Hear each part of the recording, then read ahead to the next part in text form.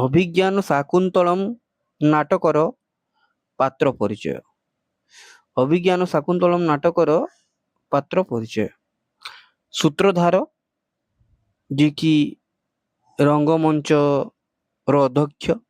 ଦୁଷ୍ୟନ୍ତ ହେଲେ ନାୟକ। ହସ୍ତିନାପୁରର ଯିଏକି ରାଜା। ଏବଂ ସୂତ ବା ସାରଥୀ। ସୂତ ହେଲେ କିଏ? ସାରଥୀ, ରାଜାଙ୍କର ସାରଥୀ। ଭଦ୍ରସେନ ହେଲେ ସେନାପତି। ବିଦୂଷକ ମାଢବ୍ୟ ହେଲେ ରାଜା ଦୁଷ୍ୟନ୍ତଙ୍କର ବିଦୂଷକ। ମହର୍ଷି ହେଲେ କଣ୍ୱ, ତାଙ୍କର ଅନ୍ୟ ନାମ କାଶ୍ୟପ, ଯିଏକି ଶକୁନ୍ତଳାଙ୍କର ପାଳିତ ପିତା ମଧ୍ୟ। ମାରିଚ କଶ୍ୟପ, ଯିଏକି ହେମକୂଟ ପର୍ବତରେ ବାସ କରୁଥିଲେ। ଏବଂ ମହର୍ଷି କଣ୍ୱଙ୍କର ଆଶ୍ରମ କେଉଁ ନଦୀ ତୀରରେ ଥିଲା? ମାଳିନୀ ନଦୀ ତୀରରେ ଥିଲା। ଭରତ ସର୍ବଦମନ। ସୋମରାତ ଦୁଷ୍ୟନ୍ତଙ୍କର ପୁରୋହିତ। ମାତଳି ହେଲେ ଇନ୍ଦ୍ରଙ୍କର ସାରଥୀ। ଏବଂ ବୈଖାନସ, ହାରିତ, ନାରଦ, ଏମାନେ ଗୌତମ, ସାଙ୍ଗରବ, ସାରଦ୍ୱତ, ଏମାନେ ହେଲେ କଣ୍ୱଙ୍କର ଶିଷ୍ୟ। ରୈବତକ ଦୌବାରିକ ଏବଂ କରଭକ, ଯିଏକି ରାଜମାତାଙ୍କର ସନ୍ଦେଶ ରାଜାଙ୍କ ନିକଟକୁ ଆଣିଥିଲେ। କଞ୍ଚୁକି ବାତାୟନ, ବୃଦ୍ଧ ବ୍ରାହ୍ମଣ। କଞ୍ଚୁକି ହେଲେ ବାତାୟନ ବା ବୃଦ୍ଧ ବ୍ରାହ୍ମଣ। ରୈବତକ ରାଜା, ଭୃତ୍ୟ ଦ୍ୱାରପାଳ। କରଭକ ରାଜାଙ୍କ ପାଖରେ ରହୁଥିବା ରାଜମାତାଙ୍କର ସନ୍ଦେଶ ଯିଏ ଆଣିଥିଲେ।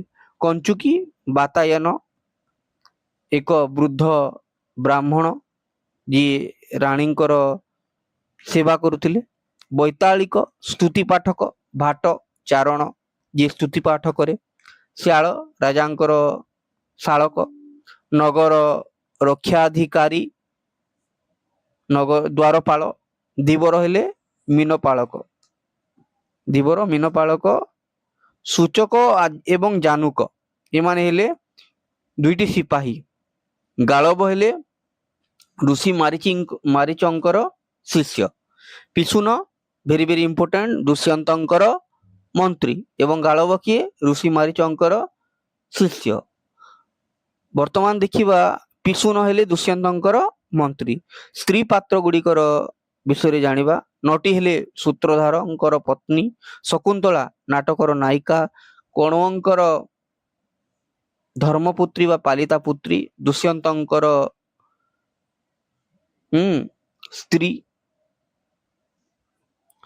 ସ୍ତ୍ରୀ ପ୍ରେମିକା ଅନୁସୂୟା ଏବଂ ପ୍ରିୟମ୍ବଦା ଶକୁନ୍ତଳାଙ୍କର ଅତ୍ୟନ୍ତ ପ୍ରିୟ ଅନ୍ତରଙ୍ଗ ସଖୀ। ଗୌତମୀ ହେଲେ କଣ୍ୱ ଆଶ୍ରମର ଅଧ୍ୟକ୍ଷା। ଗୌତମୀ କିଏ? କଣ୍ୱ ଆଶ୍ରମର ଅଧ୍ୟକ୍ଷା ବା ବୃଦ୍ଧା ତାପସୀ। ମହର୍ଷି ମାରିଚ ହେଲେ ଅଦିତି ବା ଦାକ୍ଷାୟଣୀ, ମହର୍ଷି ମାରିଚିଙ୍କର ପତ୍ନୀ। ସାନୁମତୀ କିଏ? ମେନକାଙ୍କର ସଖୀ ବା ଅପ୍ସରା।